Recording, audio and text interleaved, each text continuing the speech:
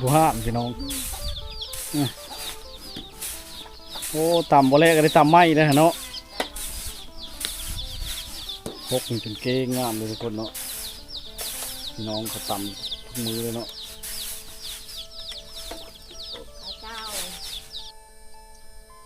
นี่เป็นเล้าเข้าเขาเจ้าเนาะเขาจะเอาไว้นอกบ้านเขาใช้เข้าให้นะทุกคนนะเป็นประเพณีของเขาเจ้าเนาะกระสิทกสบายเลยทุกคนเลยเนาะหมดหมู่บ้านมาไว้มาโฮมกันนี่เนาะนี่แหละพี่น้องในป่าในดงเนาะ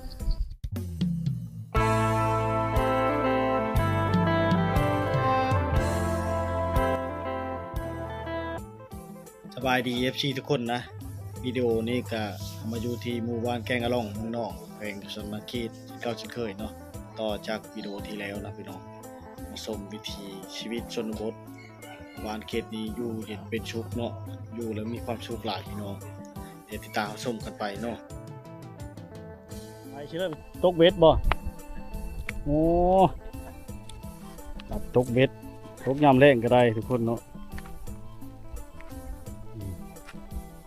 อันนี้ก็ลงไปเอาน้ำนั่นนี่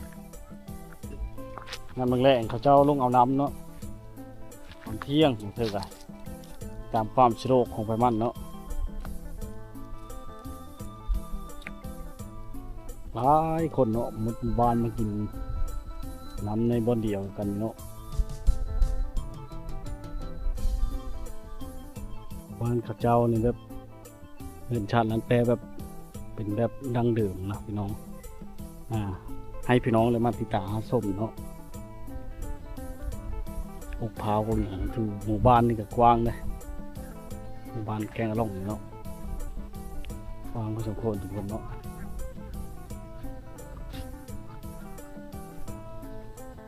มันหอนพักผ่อนน้ำคำเนาะว้าวต้องใช้มาแต่เมื่อกันเนาะ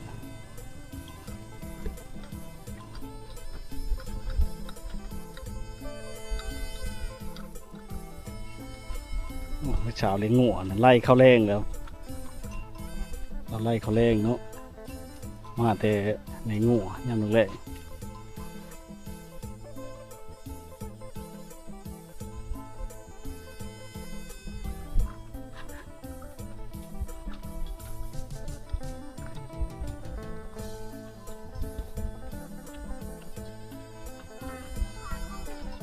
ยามค่ำเขาก็จะเอากระลงเอาน้ำเนาะต้องเอาน้ำทุกคนแบบสะดวกสบายนะเนาะมะม่วงก็อยู่ในใกล้เฮิร์นเลยเนี่ยพวกมะม่วงกระชอเนาะปลูกเขาเจ้าในเกลือวันจะคู่เฮิร์นเนาะพี่น้องมันก็หลายเขาตำหูไปยิ่งเขาเนาะตำหูลงเอาน้ำไปช้อนหาอยู่หากินเนาะสะดวกสบายหลายอย่างลูกใหญ่เนาะแม่พันธุ์เลยได้ทุกคนแม่พันธุ์เลยเนาะ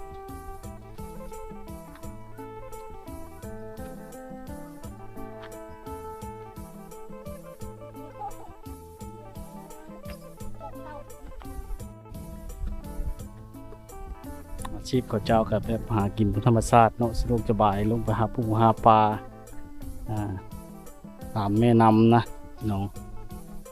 หาช้อนเนาะตำหูเอาน้ำเนาะ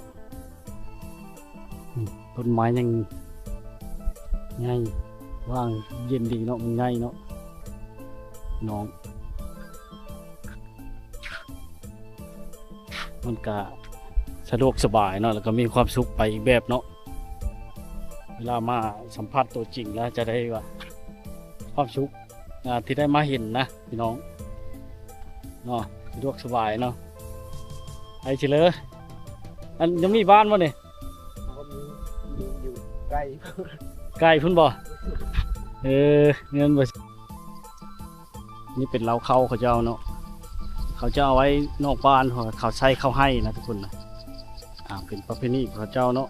กระสิทกสบายเลยทุกคนเลยเนาะหมดหมู่บ้านมาไว้มาโฮมกันนี่เนาะ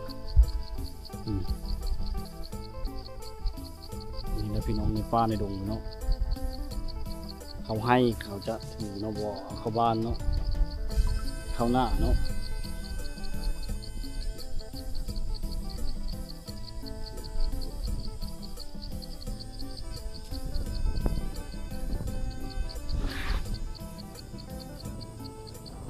แห่เนาะย่ำแรงๆไปนี่พี่น้องเขาจอมตึงแห่เนาะ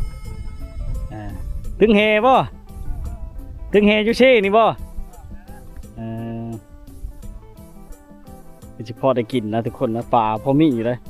ปลาครึ่งปลากดเนาะปลาลาดเวลาก้าว่าฉันเนาะไปหาปลานะพูดแต่ก้าเลยพี่น้องเลย หมู่บ้านนี้ได้ไปพาเลยถือว่าหมู่บ้านว่างแต่ว่ายังใช้ชีวิตแบบเรียบง่ายแบบปฐมประทานเนาะสะดวกสบายดีแบบนึงนะทุกคนนะมาอยู่กันได้เนาะมาเห็นแล้วก็มีชีวิตจิตใจเบิกบานเนาะมีความสุขเนาะสะดวกสบายไปอีกแบบพี่น้องเนาะ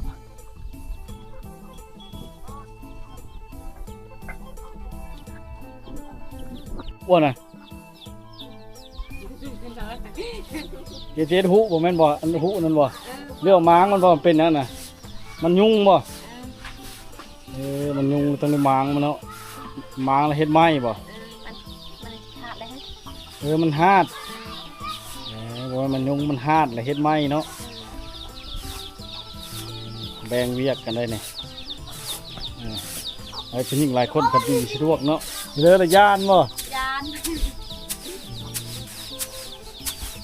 เป็นมันก็คนเนาะ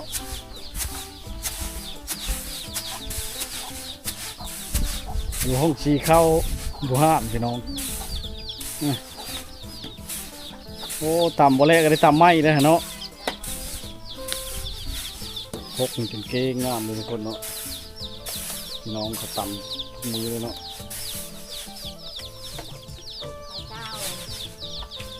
ตามข้าวเจ้าบ่นี่นะ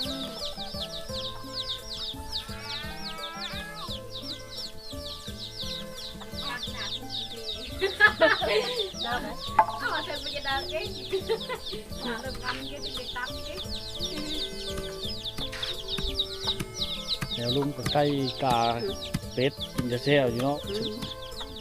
บริเกอร์เลยบ่ตำย่ำตำบริเกอร์เลยเนาะมันกินนี่มันก็แล้วเนาะ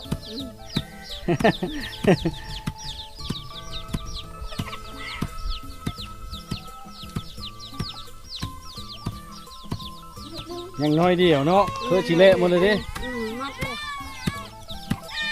คกไม้กับคกหินนี่ตัวได้เละไว้คกไม้นี่บ่แล้วแต่ผู้ตามเนาะ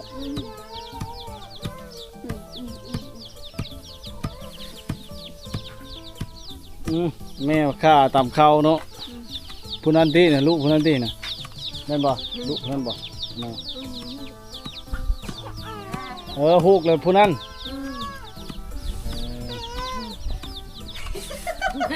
อ้าวโอ้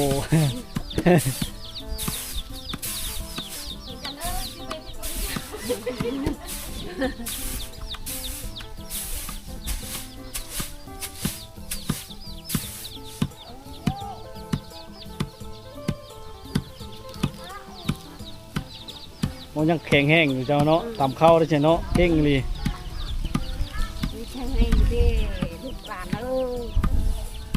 เฮ็ดช่อยลูกช่อยหลานเนาะ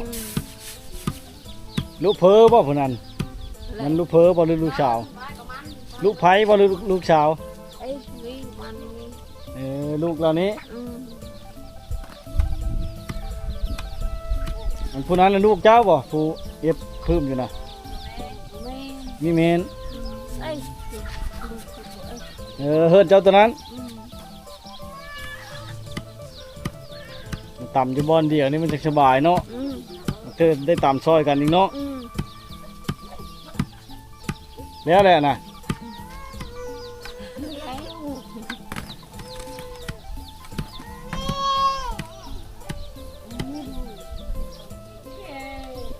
แล้วผมไปแล้วมันถึงไม่เท่ายังมาทะเลเนาะ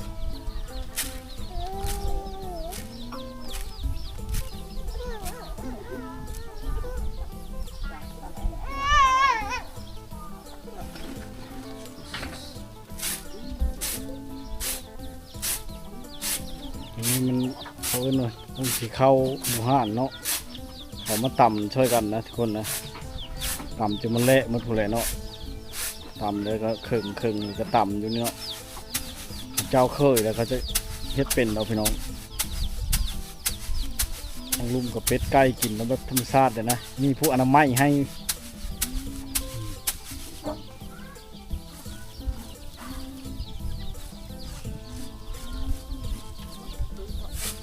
แล้วเคิร์กไปหากินแล้วตำเขาเนาะ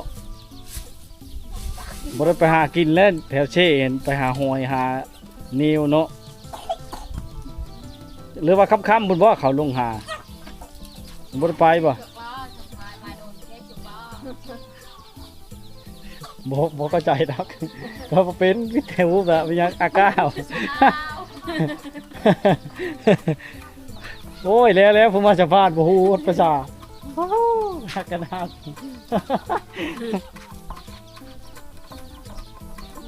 นี่ไก่เฉลกมันเลยเนาะพี่น้องพวกนึงกันตำแล้วเลยเนาะถือว่าสำเร็จพวกนั้นเนาะ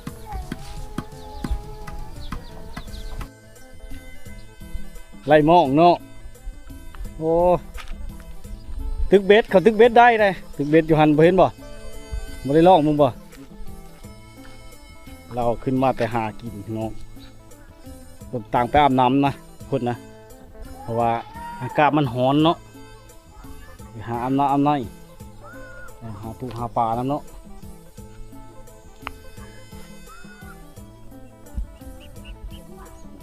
เพื่อนของพระเจ้าแบบอยู่สบายเลยคนเนาะ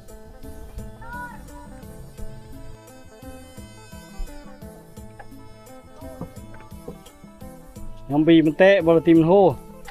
ใส่เบรกใหม่ เสือเบรกใหม่เบรกบติดโอ้ยเฮ็ดกับบอลแคบเลยเนาะบ่มาเฮ็ดอยู่เนาะพี่จักดีคือว่าแล้วมันกระเทือนในคำอยู่หันเลยเนาะธรรมดาตำหูก็งามนี่แพ้ชิ้นเลยเนาะงามเช่นแอนดื้อ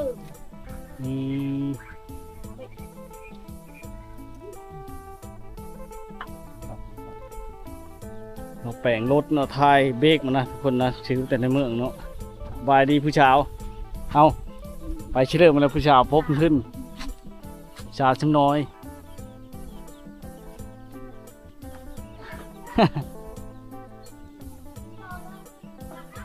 ชาวก็อายผู้เบ้าไปแล้ว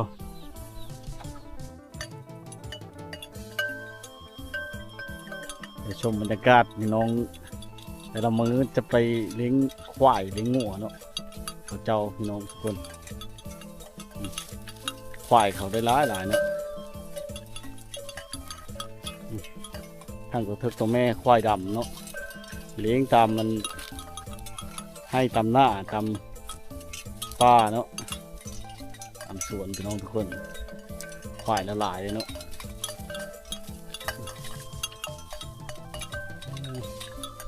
ลัดวันนั้นยันมันกินเครื่องคู่ของพังเขาเจ้านะไปทุกมื้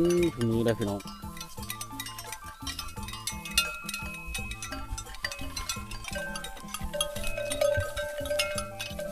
หลายเนาะควายแล้วเนาะโอ้งามที่ตัวงามทุกคนมักกะโลงเนี่ยเขาใส่ไปน้ำจะหูเนาะทิศทางของมันไปนะคนนะเขาจะป้องไปนำเนาะ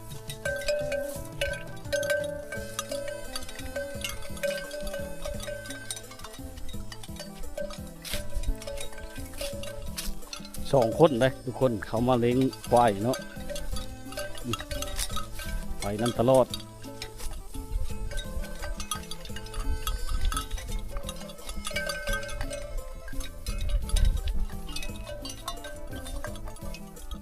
อาจจะลัดไว้เนาะคล้องไปเนาะ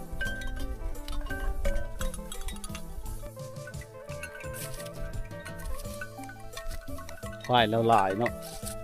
ที่3เนาะเนี่ยเลี้ยงควายทุกคน3 คนนี่จึงเอามันแพ้เนาะเลี้ยงควายตามให้ตามหน้าเนาะโอ้ได้ควายลายเนาะควายหลายคนหลายเจ้า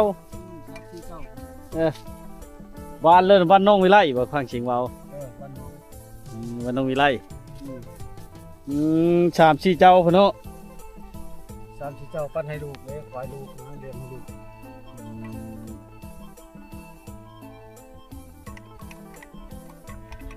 เลาะไปต้องได้อันนั่นแหละนี่เนาะตอนแรกเลยไล่มาพุบ่ ตอนแรงมาพูด โอ้ยยากเลยเนาะช่วงนี้มันชวนมันเนาะ อืม ยันกินมันเขาเลยทุกคน นั่นแหละจะว่าปล่อยบ่ได้นะเดี๋ยวดูโอ้ยจะเก้าเสียยามนี่ปล่อยสัตว์บ่ได้เรื่องนี่ได้เรียกตลอดเลย ตลอดฤดูแล้งฤดูฝนเลย อืม เฮาย่างกันว่าล้อหักของกระพอมคือบ่เห็นเมื่อวานไปทางเลยฉันเล็งลงถึงลุ่มพุ่นบ่ โอ้เดี๋ยวอยู่โซนอยู่เดินผู้เดียวไปเอาไปบ่ได้อันนี้ลานผักเหียนเด้ ลาดพังเฮ็ดเลย เอามาแต่วันเสาร์อาทิตย์นี่แห ผู้ ละ เดียวมันรัดบ่ไหวเด้เนาะมันหลาย บ่ โต ได้ เนาะ ผู้เดียวเอาไปบ่ได้ โอ้มีควายดอนนำเนาะ เออตัวอีกพี่นี่ตัวหนึงพอดอน ลูกแม่มันน่ะตัวดำนะบ่ อืม เป็นควายดอนก็มีเนาะโอ้ตัวเทิกช้ำทุนบักใหญ่แล้วบ่แล้วเนาะ ตอนแรงแล้วก็ไล่มาพุอยู่บ้านพุ่นบ่บ้านน้องไล่พุ่น บ่ อยู่ในหน้า อยู่ป่าเลย อยู่ป่าอยู่หน้าพี่ ป่าอยู่สวน ป่าอยู่สวนเลย เมืองบ้านมันไกลเลยนี่บ้านสวนก็พออยู่เก็บสี แคมเชลาน้องนี่เนาะ อืม เชลาน้องหรือเชบาย เชเลโน เชลู ลืมว่าเชบาย เชลูตัวนั้น เชตีกับเชลาน้องนี่เนาะ ลงเชเลโนบ้านปากเชลูตกเชเลโนนั่นแหละสวน แต่ละมื้อต้องได้ไปเลงได้ทุกคน อืม ควายกับบ่แม่นควายผู้เดียวเนาะควายพี่น้องแน่ควายลูกควายหลานปันกันแล้วเนาะ ตะกี้ควายผู้เดียวนี่แหละแต่คนนึงก็แบ่งให้ลูกเลยลูก3 คน 3 คน4 คนแบ่งกันเลยเนาะช้างครอบช้างขั่วแล้วกัน 4 ตัว แบ่งกัน ผู้3 ตัว อยู่ในรัดนะในหมาเพนเนอนรัดช่อยเนาะ ก็มีหอนหญ้าให้มันกินน้ำก็หมดเลยนี่ หมดเลย ใช้แต่น้ำนะฮะนี่ได้กินก็บ่ นี่แหละพี่น้องเป็นวิธีการของเขาเจ้าเนาะเขามาเลี้ยงควายเท่ามาเลี้ยงควายเนาะอาศัยหลานแต่ละมื้อเนาะเวลาพักกรุงเทพอหย่างเนาะถ้าว่าคือช่วงนั้นบ่ได้เข้ากรุงเทพก็สบายเนาะให้หลานไปหาล่ามแต่ละมื้อเนาะควายหลายเจ้านะปั่นให้ลูกให้หลานปั่นให้พี่ให้น้องเนาะควายหลายโตอยู่บัดควายเจ้าแท้ๆได้จ้ะ2-3โตบ่ ผมขอยเองอย่างตัวหนึงคนเดียว ยังตัวเดียวนึง ตัวเดียว กันได้ห้องลูกมาแล้ว แต่นั้นของลูกมาแล้ว ความมาความแพงของพ่อพี่น้องปั่นให้ลูกหมดเนาะ เวลาร้านไปโรงเรียนนี่ผู้เดียวเด้รักษาเบิ่งเลี้ยงให้ลูกเลย เป็นวิถีชีวิตของอันพี่น้องชาวบ้านน้องวิไล ปีนี้เกิดใหม่ ควาย 6ตัวแหละปีนี้ อืม รวมทั้งหมดเป็น21เลย ค่ากะหลีเนาะหลายขึ้นผมมีเดินเลี้ยงได้จังหน่อย ปีกายนี่ขายออก3-4ตัวปีกายนี่ปีนี้หักก็ขาย2ตัว เลย บ่มีผู้ซื้ออยากขายตัวแม่นี่เขาอยากได้แต่ตัวน้อยนี่ควายน้องอยากได้ เออ นั่นก็ขายตัวหนึงให้กบสุนใหญ่เมืองมันนั่นก็เอาตัวนี้เอามาไปอยู่นี่ ปัดเฮาจะขายผัดบางเทอผัดปั๊บเขาบ่จักซื้อซะเนาะ เออ เฮ็ดเธอราคากับพรเนาะปัดเฮาบ่จะขายผัดมีผู้มาจักซื้อซะนั่นก็ยากอีกว้าวแล้ว กูอยากซื้อราคาทึกๆเฮาขายบ่ได้ใหญ่ เลี้ยงก็เมื่อยเลยเนาะ อืม